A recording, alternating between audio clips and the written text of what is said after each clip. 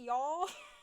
My name's Siren, and this is my first video, so for one, ignore how crunchy the video is, please.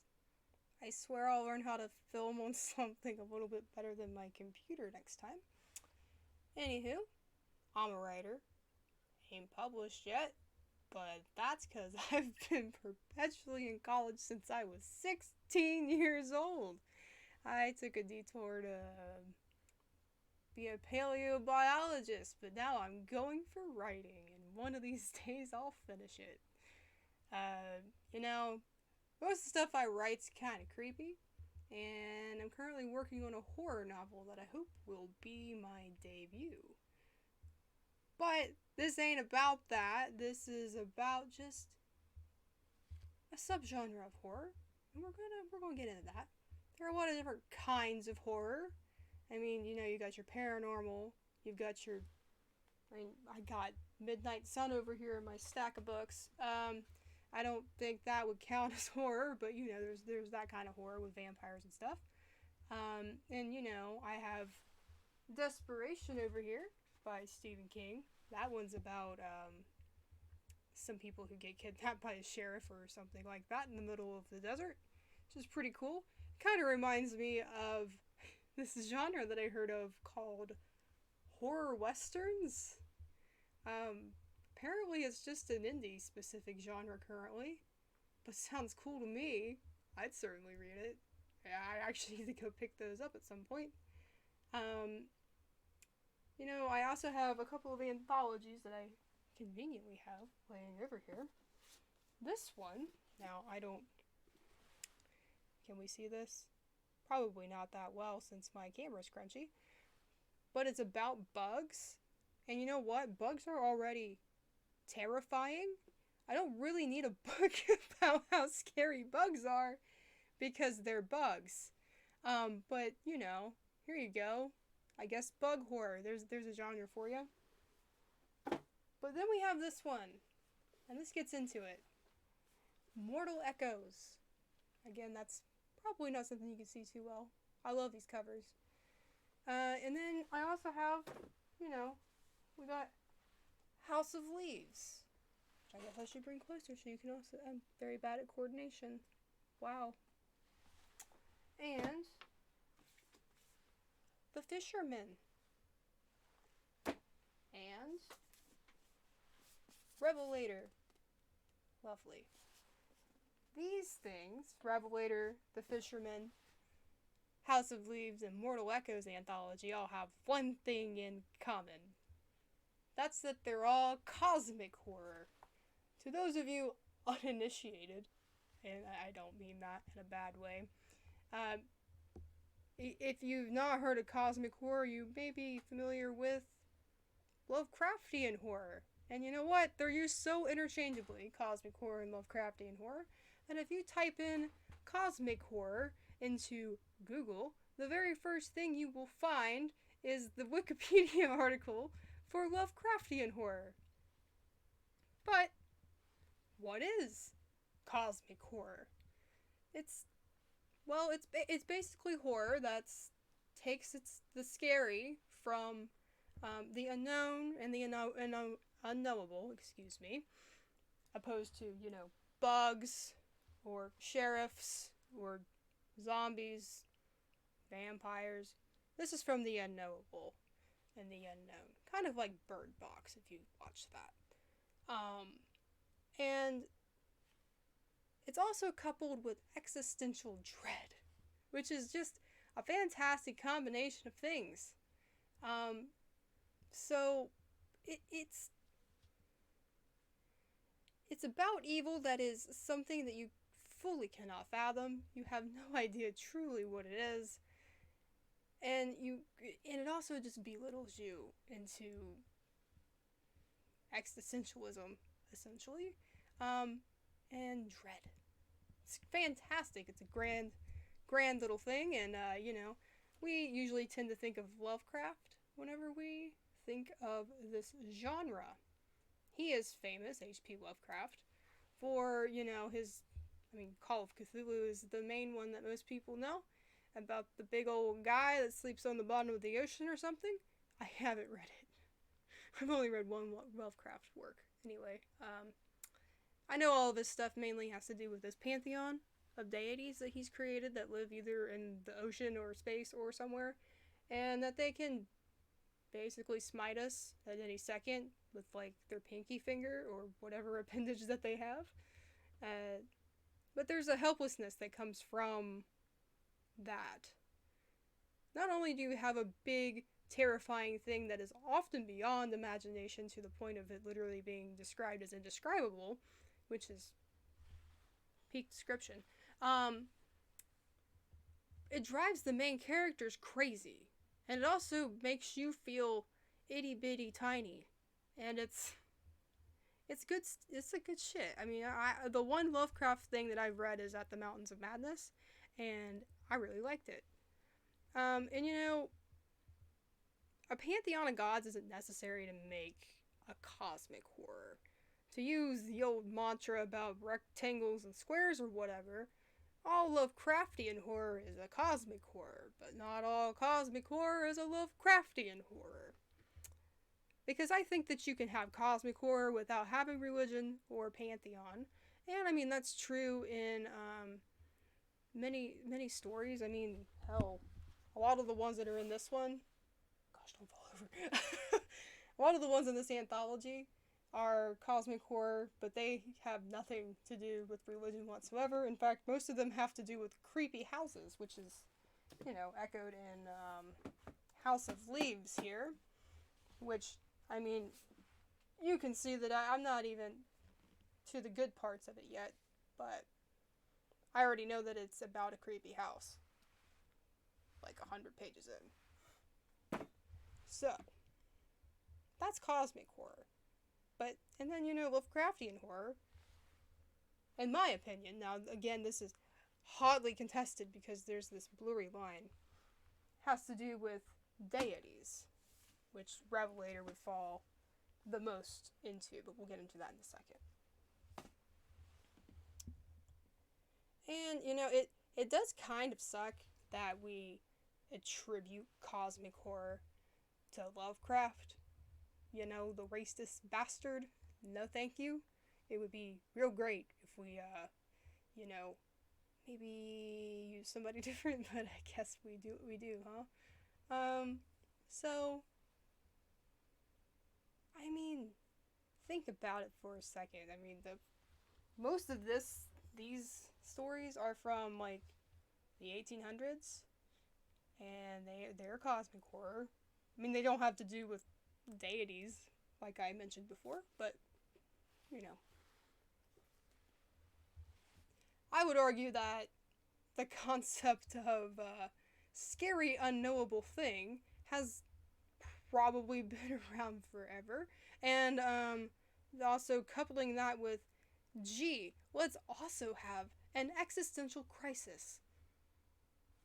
Seems like a really great combination for one of them prehistoric campfires, don't you think? And, you know, you think about Gilgamesh, if you've read it, or what we have left of it anyway.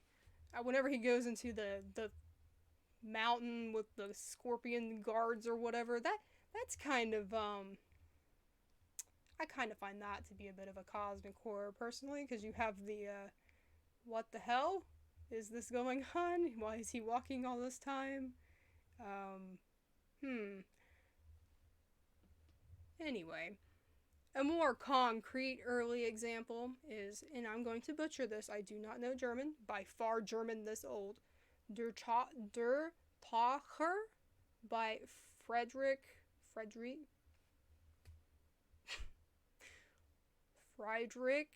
Schiller.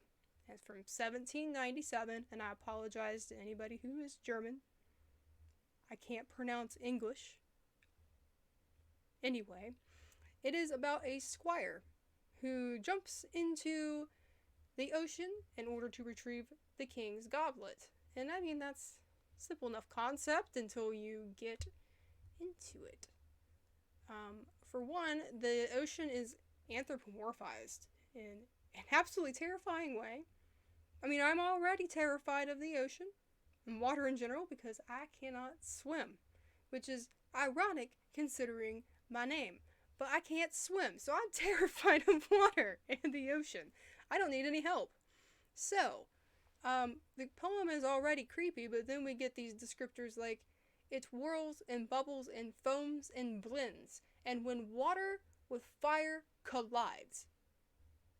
Creepy. And also, it is described in the way of it gapes wide open, and then it makes hellish foray to the cold depths of the infernal waters. Good. And when the kid jumps in to go get the goblet, the ocean is described with its gaping mouth closes over the swimmer. Good. We love that. It's creepy. But then we also have a whole stanza dedicated to shipwrecks, which is fantastic. I already know the ocean is terrifying. Fantastic. I love being reminded of shipwrecks and people lost at sea and then ghost ships and all that stuff. No, thank you. But anyway, this kid jumps into the ocean. We have a little bit of this dialogue about how creepy the ocean is, which, yeah, it is. But the squire lives. He comes back up. We got the goblet. Brings it to the king. Kneels before the king, and he has his little speech. And, he talks about how he was saved by God from something that he only describes as limbs of every sort coming into motion. Beautiful. Fantastic. However, in the same speech, as if we need more evidence that ocean's scary, let man never tempt the godly might, never longing and never hoping to see what gods veil with fright and terror graciously. We love it. Yes. This actually calls back to an earlier line in the poem, and well, 2 lines actually, and it was part of the descriptor of the ocean at the beginning, which are, what the howling depths below keep concealed should never to living mortals be revealed. So, in this instance, the ocean is the eldritch thing. It is the unknowable thing. I mean, hell, think about today. We don't even know what is in the ocean. The ocean may as well be space, for all we know. We're always finding out new things. And, fun fact, did you know that the Mariana Trench is so deep we can't even stick a camera down there? Wild. Anyway, this squire, he talks to the princess. King gets pissed off. He throws the goblet back in the water and basically says, go fetch it again. And, this kid was only saved by the intervention of whoever his god was. But he jumps back in anyway. And we never hear from him again. Does he die? Is he consumed by the terrible limited thing that lives in the water? Who knows? 1797, we have this going on. Creepy, truly unknowable thing, the ocean, full of creepy, unknowable shit. The thing that has a bunch of arms. And then any hope that you have being able to survive is completely dashed whenever the kid says, hey, I was saved by divine intervention, and then dies, or at least goes missing, or who knows what exactly happens. And the poem ends. So there you go. You have your eldritch thing, and you have the oh, yay, good moment. Then you have, oh, yeah, that can kill us at any second.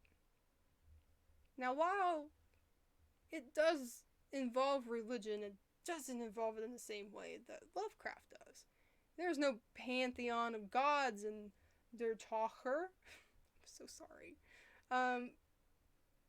It's the ocean. the ocean is Cthulhu in this story. And, I mean, I could go way into the poem itself and talk about all the theological stuff in it, but this is just supposed to be about Lovecraftian and cosmic horror. So, that's just a kind of historical context. That's the earliest example that I see cited a lot is this poem, and I can see why. It's pretty creepy. But, like I mentioned, there's stuff before Lovecraft. We have, as I said in this book, Mortal Echoes. Everything's probably about 100 years old in here. Probably older. I think everything in here predates Lovecraft. I'm pretty sure it's a bunch of Edgar Allan Poe and stuff. Yeah. So, most of these involve, like, creepy houses that have no end, or similar concepts, mazes, that sort of thing. And, that's something that gets echoed a lot in cosmic horror that doesn't have a whole lot to do, or nothing at all to do, with deities. And you can see that in the modern rendition of Creepy House, House of Leaves, and this is super heavy. But, this one's pretty creepy, about a big creepy house.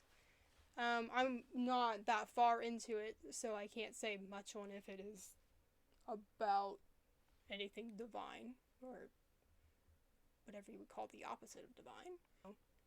The general gist of it is about a weird house, and it kind of reminds me of Borges' The House of Forking Paths, which was this, modernist sort of story about an endless maze with endless realities. It's a pretty interesting little read if you find it sometime. It's written in the 40s. But it kind of reminds me of that, and I'm pretty sure that the spiral on the front of this book is the same spiral that... It's the same spiral that the Garden of Forking Paths invokes, so I kind of like that callback to that older piece of literature.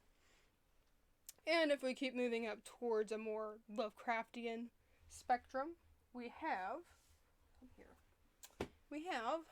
The Fisherman here by John Langan. And this book, it won the Bram Stoker Award in 2017. This book's about a couple of old guys who go fishing. I love fishing. This hat, you can't read it, but it's a fishing hat. And this hat is a fishing hat. This hat is also a fishing hat. I love fishing. Anyway, so I would have picked this up anyway. But it's about these old men in the Adirondacks who go fishing, and they go fishing in a reservoir that had been built, and it had flooded the town. And there is a superstition about this entity called, this is German, Der Fischer. I imagine that's not how you pronounce that, but he's Der Fischer. And, man, I'm real good at these pronouncing things. So, it's a pretty fun little stacking of things I like. Folklore, Adirondacks, I've been there, it's nice. Creepy entity, flooded town, fishing, I think I already said that. It's solid, it's good. And then we move on to the most Lovecraftian book that I have laying here, and that is Revelator by Daryl Gregory. A man with two first names. Sorry, Gregory. It is about a lady who grew up in Tennessee, and I think most of the book takes place in her adulthood, which would have been in the 1930s, 1920s and 30s. So Prohibition, Depression era America. And she ran moonshine. Again, I haven't read this yet, but that's just what I know from the the blurb here. And whenever she's a kid, she learns about the family entity, Ghost Daddy, which is the worst name for a family entity, I think. I like it because that's very, like, totally what a kid would call something like that. I get it, that's fine, but, I mean, it is a little silly. Regardless, it's pretty Lovecraftian inspired from what I understand. I mean, you've got an entity that is, very Lovecraft-esque. And then you also have the cosmic aspects to it being this unknowable, terrifying thing that invokes existential dread. So, personally, I would classify Revelator as Lovecraftian horror. And The Fisherman, just as cosmic horror. Granted, this one does have some Lovecraftian elements. And House of Leaves, which, God, this is a heavy book, which I have not finished yet. But if this does just end up being about a creepy house and nothing more, I would say that's straight up just cosmic horror. And then several of the pieces in there, in Mortal Echoes anthology, are cosmic horror as well. Not everything's so cut and dry. Like I mentioned, The Fisherman back here, that isn't as easy as is it Lovecraftian or not. There's a lot of in-between cases like that, and I think that's kind of where there's an ambiguity. Because is there an evil deity? Who knows? Sometimes not, maybe. And, you know, the ambiguity there between the two genres, I think that's probably why they're used interchangeably. Although I would argue that there's a little more that goes into that, but I will maybe make some videos more detailing my thoughts on that. And, you know, I can't go without saying more about At the Mountains of Madness, which is the only Lovecraft piece I've read, but good lord, I loved it, because as a paleobiology major, I was studying Antarctic fauna. Specifically, my favorite dinosaur is Cryolophosaurus, and I met the man who dug up Cryolophosaurus, and I also got to hold Cryolophosaurus, and that was pretty cool. And then later on, I decided to study things that had nothing to do with that, but I'm a total nerd for paleontology and Antarctica, as you may expect, so that's why it appealed to me so much. And then plus it was super creepy in its own way. Like, it's not horror in the same sense that a lot of people would have probably seen it back in the day, but it still holds up pretty damn well. I mean, cosmic horror, Lovecraftian horror, whatever you want to call it, distinguish between the two or not. To wrap it all up, it's horror that draws from the unknowable and preys upon our existentiality and our innate feeling of dread if we think a little bit too much about it, so don't think too much about it. And, you know, it's a fun concept, and I'll probably talk more in depth about the differences that I personally see between cosmic and Lovecraftian horror. But I don't want to make this forever long. Lord knows I'm probably going to have to cut this down. Yes, I am. Anyhow, I'll see ya next time. Hopefully I'll be able to figure out how to use a camera besides my computer. YouTube thing of like and subscribe, I guess. Weird to ask in your first video. But hey, you gotta start early, am I right? Anyhow, take it easy, but take it. Peace.